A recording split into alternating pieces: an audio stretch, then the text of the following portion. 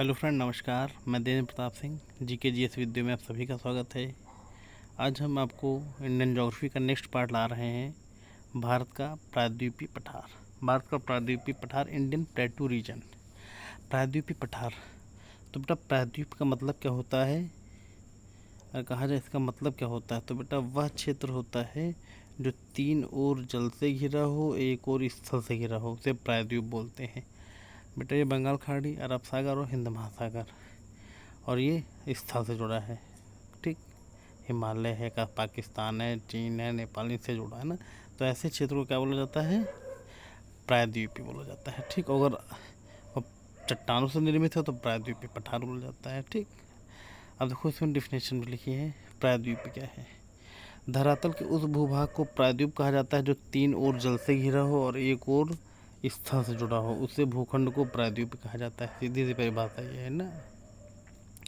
जैसे कोलाबा प्रायद्वीप मुंबई में, काठियावाड़ प्रायद्वीप गुजरात में, ग्वादर प्रायद्वीप पाकिस्तान में, जाफना प्रायद्वीप उत्तरी श्रीलंका में आदि। ठीक, ये सब प्रायद्वीप हैं।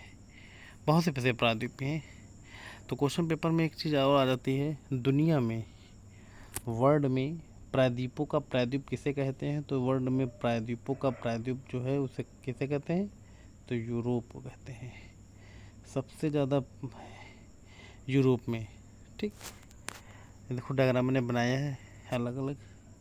ठीक, सारे पठार लिखे हैं। बुंदेलखंड, बघेलखंड, शिलांग, छोटा नागपुर, दंडकारण्य तेलंगाना, मालवा का पठार, दक्कन का पठार, कर्नाटक का पठार, ये सारी चीज़ें हैं ना। और भी ऐसे इंक्लूड कोई चीज़ें हैं जो इसमें नहीं दिखाई गई। ठीक, आगे चलते हैं। पठार, पठार क्या होता है?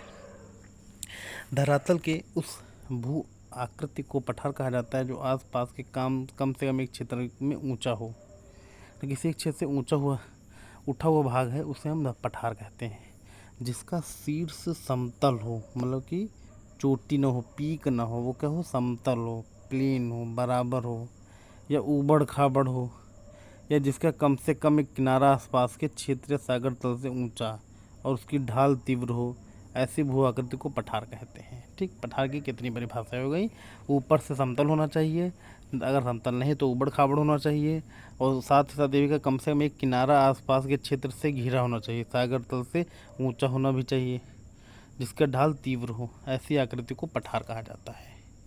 ठीक, जैसे दक्कन का पठार, छोटा नागपुर पठार, कोलंबिया, पेंटागोनिया पठार आदि, ये सारे कैसे हैं? बताया गया है, इनकी आकृति ऐसे ही है। ठीक, अब हम चलते हैं आगे। इंडियन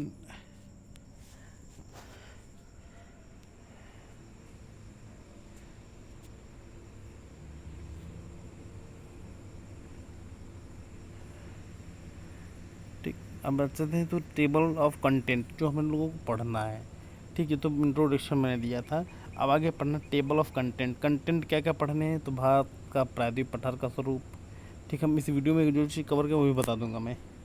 भारतीय प्रायद्वीप का पठार का स्वरूप, विकास एवं संरचना, और भारतीय प्रायद्वीप पठार के भाग। तो भारतीय प्रायद्वीप पठार के 3 भाग हैं।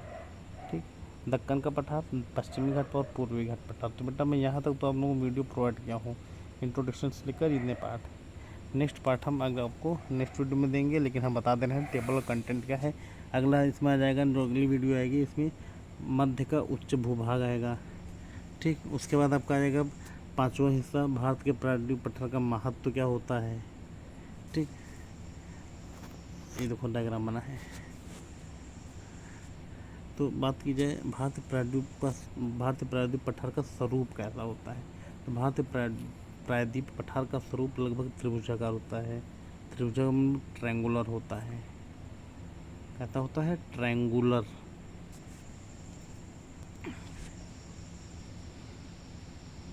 ठीक, ट्रायंगुलर होता है, त्रिभुजाकार होता है। देखो बना है ये ऐसा त्रिभुजाकार। ठीक, जिसका आधार उत्तर पश्चिम में दिल्ली, कटक, अरावली पर्वत का उत्तर पश्चिम विस्तार है। मतलब जिसका आधार जो है, यानी जिसका जो बेस है, वो कैसे है? उत्तर पश्चिम में दिल्ली, कटक में है। अरावली पर्वत का उत्तरी पूर्वी विस्तार से लेकर उत्तर पूर्व में राजमहल की पहाड़ियों के बीच गंगा मैदान के दक्षिण में है। ठीक, ये है इसका विस्तार। अब बात की जाती है इस पठार का शीर्ष भाग भारत के दक्षिण में स्थित इलायची पहाड़ी के दक्षिण भाग में है। इस पठार का बाहरी सीमा चारों ओर से पर्वतों से घिरा हुआ है। ठीक, तो प्रायद्वीप पठार का स्वरूप बताया जा रहा है। उसके अलावा इस पठार के उत्तर पश्चिम में अरावली पहाड़ी, उत्तर में विंध्यन पहाड़ी, सतपुड़ा पहाड़ी है, महादेव पहाड़ी, मैकाल, कैमूर की पहाड़ियाँ हैं।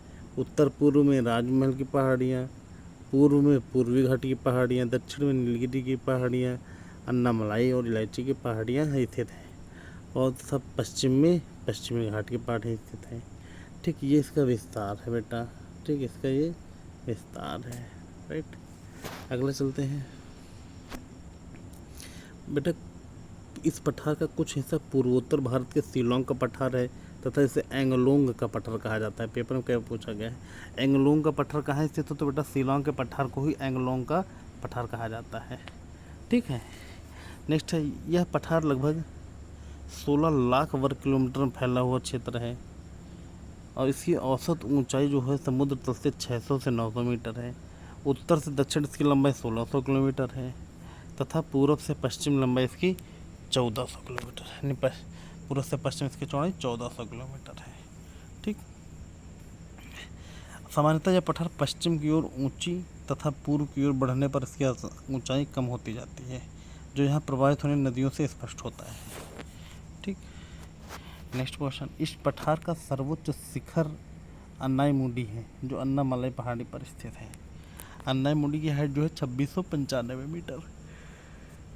ठीक है, नेक्स्ट पॉइंट है, प्रायद्वीप पठार में प्रवाहित होने वाली अधिकांश बड़ी नदियां बंगाल खाड़ी में गिरती हैं, जैसे स्वर्णरेखा, महानदी, गोदावरी, कृष्णा, कावेरी। और पश्चिम की ओर अरब सागर में गिरने नदियों में नर्मदा, ताप्ती, माही, साबरमती आदि प्रमुख नदियां हैं। ठीक, जो पश्चिमी घाट से गिरती हैं। नेक्स्ट पॉइंट है, जबकि उत्तर की ओर प्रवाहित होने वाली नदियाँ चंबल, सिंध, बेतवा, केन, सोन ये प्रमुख है, जो यमुना और गंगा की सहायक नदियाँ। बहुत इंपॉर्टेंट पॉइंट बेटा ये तो है। ये वाला पॉइंट जो है आपका बहुत ही ज़्यादा इम्पोर्टेंट है, मोस्ट इम्पॉर्टेंट है एग्ज़ाम की दृष्टि से। ठीक, बहुत इम्पोर्टेंट पार्ट है। नेक्स्ट, भारत के प्रायद्वीप पठार का विकास एवं संरचना। ठीक बेटा, ये तो नहीं इम्पोर्टेंट नहीं, लेकिन तब भी जान जाओ, यह प्राचीनतम भूभाग प्रायद्वीप पठार का भाग है, क्योंकि यह पठार गोंडवाना लैंड के टूटने से बना है। इसे गोंडवाना लैंड के टूटने से बना है। कार्बोनिफेरस युग से पहले यह गोंडवाना लैंड का एक महत्वपूर्ण भाग था।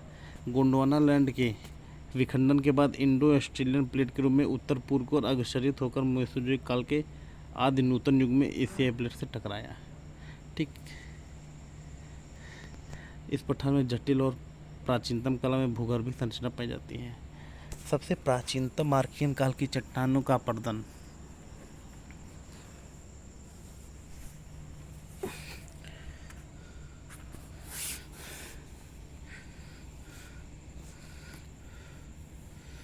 माफ करना, यह सबसे प्राचीनतम आर्कियन काल की चट्टानों के अपर्दन, निक्षेपण, रूपांतरण, इसके भूगर्भीय संरचना का विकास हुआ। इसमें प्राचीनतम नाइस, ग्रेनाइट, बेसाल्ट और संगमरमर जैसी चट्टानें पाई जाती हैं।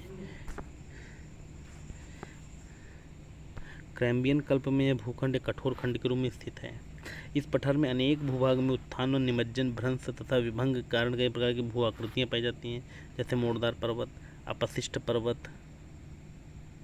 थोड़ा मिटा दें तब बताते हैं। जैसे मोड़दार पर्वत, अपशिष्ट पर्वत, ब्लॉक पर्वत, भ्रंश घाटियाँ, पर्वत स्कंध, नग्न चट्टानी संरचना, मोंडोनाग।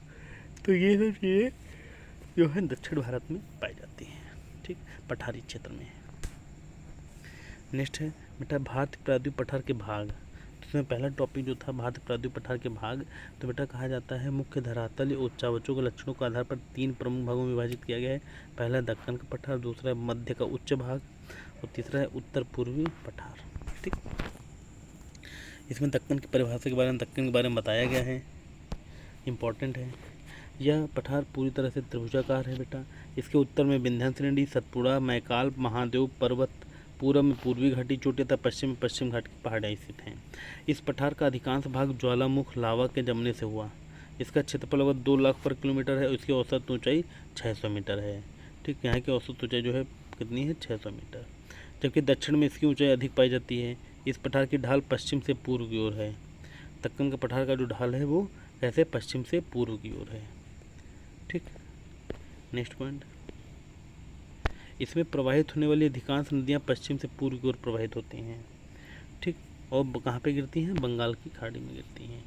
इन नदियों में महानदी, गोदावरी, कृष्णा, कावेरी ये नदियाँ प्रमुख हैं, जबकि पश्चिम की ओर प्रवाहित होने वाली नदियाँ नर्मदा और ताप्ती ये दो प्रमुख नदियाँ हैं जो अरब सागर में गिरती हैं। बड़ी भी नदियाँ भी हैं। ठीक, नेक्स्ट, दक्कन के पठार को कई क्षेत्रीय पठार के नाम से जाना जाता है, जैसे कर्नाटक का पठार, तेलंगाना का पठार, तमिलनाडु का पठार, महाराष्ट्र का पठार आदि।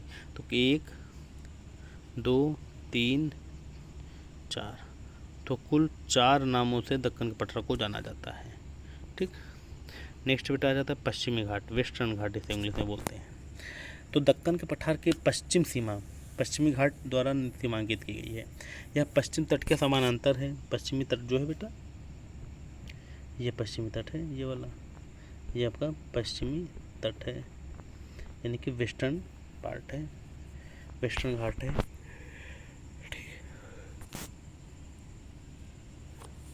बेटा इसका विस्तार जो है ताप्ती नदी के मुहाने से लेकर दक्षिण में कन्याकुमारी तक फैला हुआ है। ठीक, इसकी लंबाई 1600 किलोमीटर तथा इसकी औसत ऊंचाई 900 से 1600 मीटर के बीच पाई जाती है। लंबाई 1600 किलोमीटर है और इसकी औसत ऊंचाई जो है 900 से 1600 मीटर ऊंचे पर्वत पाए जाते हैं। ठीक, नेक्स्ट पॉइंट, इसका पश्चिमी ढाल पूर्वी ढाल की अपेक्षा मंद है। इसका पश्चिमी ढाल तीव्र तथा पूर्व ढाल मंद है। पश्चिमी ढाल ज़्यादा ढाल है और पूर्वी में कम ढाल है। पश्चिमी ढाल में प्रवाहित होने वाली नदियाँ ऊंचे जलप्रपात का निर्माण करती हैं। बहुत खास पॉइंट है, बहुत ही इंपॉर्टेंट पॉइंट है कि जो नदियाँ अरब सागर में जल गिराती हैं वो ज़्यादातर क्या बनाती हैं? जलप्रपात का निर्माण करती हैं। जैसे बताया गया, यहाँ नदियाँ तीव्रगामी होती हैं और शरावती नदी में गरसोप्पा जोग जलप्रपात स्थित है। इसके पश्चिमी ढाल पर सदाबहार वन पाए जाते हैं, जबकि पूर्वी ढाल पर पर्णपाती वन पाए जाते हैं। ठीक, नेक्स्ट, यह एक भ्रंश पर्वत है बेटा, जिसका निर्माण क्षेत्र अरब सागर में अधोशवलान द्वारा से हुई थी, डाउन रॉपिंग। ओके, पश्चिमी घाट की पहाड़ी को कई स्थानीय नामों से जाना जाता है, जैसे महाराष्ट्र में सह्याद्री कहा जाता है, कर्नाटक में, तमिलनाडु में नीलगिरी कहा जाता है, केरल में अन्नामलाई और इलायची पहाड़ी के नाम से जानते हैं। ठीक, नेक्स्ट है प्रायद्वीप पठार की सबसे ऊंची चोटी, मैंने पिछले में बताया 2695 मीटर, जो अन्नामलाई श्रेणी में स्थित है। प्रायद्वीप पठार की दूसरी सबसे ऊंची चोटी दोदा बेटा है। कौन सी है? दोदा बेटा, जो नीलगिरी पहाड़ी में स्थित है। ठीक, कहाँ है? नीलगिरी। दक्षिण भारत की दूसरी यानी प्रायद्वीप पठार की दूसरी सबसे ऊंची चोटी दोदा बेटा है, जो कहाँ स्थित है? नीलगिरी पहाड़ी पर स्थित है। ओके, नेक्स्ट पॉइंट, यह सतत श्रेणी है जिसे पार करना कठिन कार्य है। इससे कुछ दर्रों के माध्यम से किया जाता है और उत्तर से दक्षिण को इसका जोड़ा गया बेटा। अब इसको हम देखते हैं स्टेप बाय स्टेप। पहला है थालघाट दर्रा। थालघाट दर्रा जो मुंबई से नासिक को जोड़ता है। दूसरा, मुंबई कोलकाता रेल मार्ग बनाया गया। तीसरा, भोरघाट दर्रा मुंबई को पुणे से जोड़ता है। चौथा, मुंबई चेन्नई रेल मार्ग का निर्माण किया गया। चौथा, पालघाट दर्रा कोच्चि और कोयम्बटूर को जोड़ता है। बहुत इंपॉर्टेंट बेटा पॉइंट है ये। ठीक, कई बार पूछा गया है, इसका स्क्रीनशॉट ले लो या नोट डाउन कर लेना। ठीक,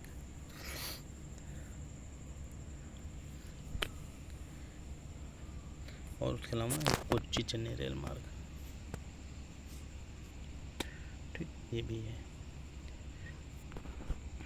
इसका बेटा पूर्वी घाट आ जाता है, ईस्टर्न घाट। यह पहाड़ी दक्कन पठार की पूर्वी सीमा पर निर्भर की गई। यह उड़ीसा के उत्तर पूर्वी भाग से लेकर दक्षिण में नीलगिरी पहाड़ी तक, बंगाल की खाड़ी तक है। ठीक, इसकी चौड़ाई उत्तर में 200 किलोमीटर, दक्षिण में 100 किलोमीटर है, कम हो गई। इसकी औसत ऊंचाई 600 मीटर है, यानी पहाड़ों की औसत ऊंचाई 600 मीटर है। ठीक, नेक्स्ट बेटा पॉइंट, यह एक असतत श्रेणी है जिसे बंगाल की खाड़ी से गिरने वाली नदियाँ महानदी गोदावरी, कृष्णा, कावेरी द्वारा कई भागों में विखंडित कर दिया गया है। ठीक, कई भागों में विखंडित कर दिया गया है। पूर्वी घाट की महत्वपूर्ण श्रेणियाँ जवादी पहाड़ी, पालकोंडा श्रेणी, नल्लामलाई पहाड़ी, महेंद्रगिरी पहाड़ी इत्यादि। पूर्वी घाट की सबसे ऊंची चोटी महेंद्रगिरी चोटी बेटा है, बहुत इंपॉर्टेंट पॉइंट है ये महेंद्रगिरी, जो 1500 मीटर की है। ठीक, तो ये हमारा पार्ट 1 है। ठीक है बेटा, ये हमारा ज्योग्राफी में ये प्लेटू पार्ट है जो प्रायद्वीप पठार का पहला पार्ट है। अगला पार्ट हम नेक्स्ट क्लास में प्रोवाइड कराएंगे। बहुत अच्छे बेटा नोट्स हैं, बहुत मेहनत करके मैंने नोट्स बनाए, इसलिए मैं अल्टरनेट वीडियो डाल रहा हूँ, डेली नहीं डाल रहा हूँ कि मैं एक दिन नोट्स बनाने में प्रिपेयर करने में टाइम लग जाता है। तो इसलिए आपके एग्ज़ाम बेस पे ये बहुत इंपॉर्टेंट, बहुत अच्छी क्लास है, बहुत अच्छे क्लास वीडियोज़ हैं, बहुत अच्छे नोट्स हैं। ओके, तो जैसी वीडियो लगी हो बेटा आप लोगों को लाइक कमेंट और शेयर जरूर करें तथा चैनल को जीके जीएस वीडियो को सब्सक्राइब जरूर करें। ठीक, ओके, थैंक यू। आप सभी का वीडियो जरूर पूरी देखिएगा। पूरी वीडियो देखोगे तो आपको ही नॉलेज होगी, दूसरे को नहीं। ठीक है, आपको ही सारे फैक्ट पॉइंट क्लियर होंगे। ओके, थैंक यू, धन्यवाद, नमस्कार।